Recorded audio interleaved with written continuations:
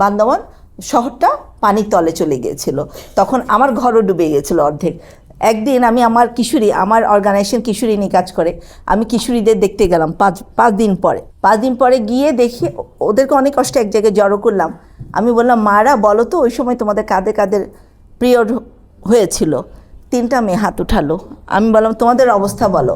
বলে, ম্যাম কি বলবো, আমার তো দ্বিতীয় দিন, আমার প্রথম দিন, এরকম বলা শুরু করলো। আমরা ওই একটা প্যাড পরে বা ওই একটা কাপড় পরে আমরা 3 দিন ছিলাম। খুব খারাপ অবস্থা ছিল।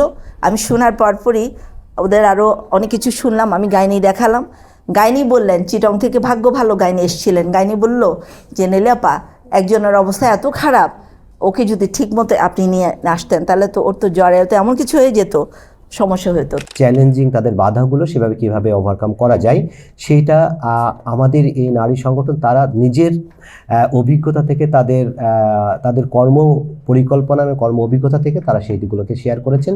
এবং পাশাপাশি আমাদের গবেষক যারা ওনারা মূলত কিছু পলিসি রিভিউ করেছেন, সেই পলিসি রিভিউ থেকে কিছু ফাইন্ডিং জেনারেট করেছেন, সেটা নিয়ে আমরা আলোচনা করব। সবচেয়ে ভালো হতো যদি আমাদের সরকারি গভর্নমেন্টের আমাদের যে গেস্ট ছিলেন তারা থাকলে এটা আরও ভালো হতো, বিকজ এখানে কতগুলো ফাইন্ডিংস আছে তাদেরকে নিয়েই আসলে আমাদের ডিসকাসের বিষয় থাকে।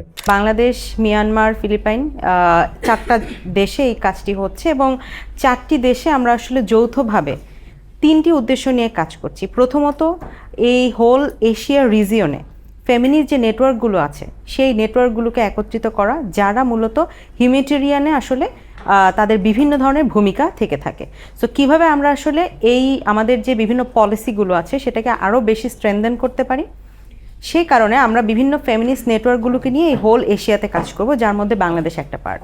দ্বিতীয়ত, আমাদের যে উদ্দেশ্য এই প্রকল্পে সেটি হচ্ছে আমাদের লোকাল যে ওয়েমেন লিড অর্গানাইজেশনগুলো আছে ইনক্লুডিং বাংলাদেশ, সেই অর্গানাইজেশনগুলো নিয়ে আমাদের যে বিভিন্ন নেটওয়ার্ক রয়েছে যারা বিভিন্ন ধরনের হিউম্যানিটেরিয়ান রেসপন্স সহ ডেভেলপমেন্টেও কাজ করে, তো এই ওয়েমেন লিড অর্গানাইজেশনগুলোকে নিয়ে এই নেটওয়ার্কের আওতায় যুক্ত হওয়া এবং এই নেটওয়ার্কের মধ্য দিয়ে বাংলাদেশ, মিয়ানমার, ফিলিপাইন সহ 4টি দেশেই আমরা কিভাবে রিজিওনালি আমাদের এই লোকাল ওয়েমেন লিড অর্গানাইজেশনগুলোর ক্যাপাসিটি বিল্ডিং করতে পারি। এবং থার্ড, আমাদের যে উদ্দেশ্য সেটা হচ্ছে যে আমাদের যে হিউম্যানিটেরিয়ান পলিসি এটাকে আমরা কতটুকু ইনফ্লুয়েন্স করতে পারি টুয়ার্ডস জেন্ডার ট্রান্সফরমেটিভ লিডারশিপ। যেমন আমরা ডিগনিটি কিটের মধ্যে অনেক সময় স্যানিটারি প্যাডের কথাও বলি, আবার কাপড়ের কথাও বলছি, কারণ এটা প্রেফারেন্সের উপর ডিপেন্ড করে। যারা কাপড় ব্যবহার করে তাদেরকে রাতারাতি যে আমরা যখন প্যাড বলি সেটাও যেমন হয় না, আবার ডিসপোজাল সিস্টেম না দিয়ে শুধুমাত্র এনভায়রনমেন্টাল হ্যাজার্ড তৈরি করাটাও আমাদের দিক থেকে খুব ভালো কিছু হয় না। সো আমার মনে হয় যে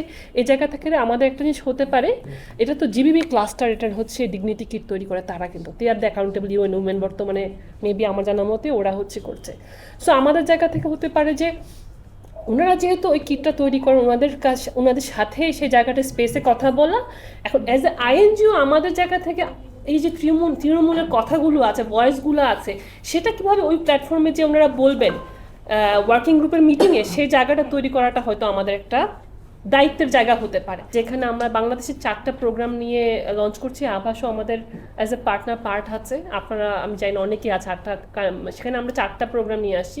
climate resilient livelihood, people in action, তারপরে হচ্ছে উইমেন ট্রান্সফরমেটিভ ইকোনমিক্স। তো এরকম 4টা প্রোগ্রাম যেখানে আসলে আমরা অনেক সিইওদের ক্যাপাসিটি বিল্ডিং এগুলো নিয়ে আসছি। আমি নিশ্চিত করে বলতে পারবো না যে সরকার আপনাকে সেই সুযোগ দিবে কি দিবে না, বা ইউএনডিপি এবং মিনিস্ট্রির মধ্যে যে কোলাবোরেশন হচ্ছে এটার ভিতরে আপনাকে ঢুকতে দিবে কি দিবে না, এটা আমি বলতে পারবো না, আমি নিজেও জানি না। কিন্তু আপনার কাজটা তো আবেদনটা জানানো, মানে হচ্ছে গিয়ে আমার ইয়েটা সাবমিট করা, আমার কথাটা বলা, আপনার কথাটা বলা, মানবে কি মানবে না এটা তো উপরের সিদ্ধান্ত, তো বলতে তো হবে। তো এই যে আমরা এখানে আসছি, এখানে যারা আমরা একত্রিত হয়েছি কথা বলছি, আমরাও কিন্তু ওই যে একইভাবে আমরা বলতেছি, এটা বাস্তবায়ন হবে কি হবে না এটা আরো পরের কথা, কিন্তু বলতে হবে, বলতে বলতে একটা সময় ঠিকই হয়ে যাবে।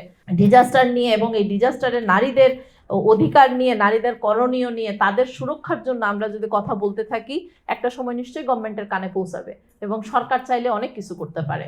হ্যাঁ, সরকার চাইলে অনেক কিছু করতে পারে এবং মানে কি বলবো, অনেক পরিবর্তন চলে আসে। ওই ভাই শেষে যেটা বলছে, গভর্নমেন্টের 1% যদি কাজ হয় তাহলে মানে ও বাহিরে অনেক, সেই পার্সেন্টেজটা অনেক বেশি প্রভাব ফেলে। আসলে কিন্তু এটা বাস্তব সত্য কথা।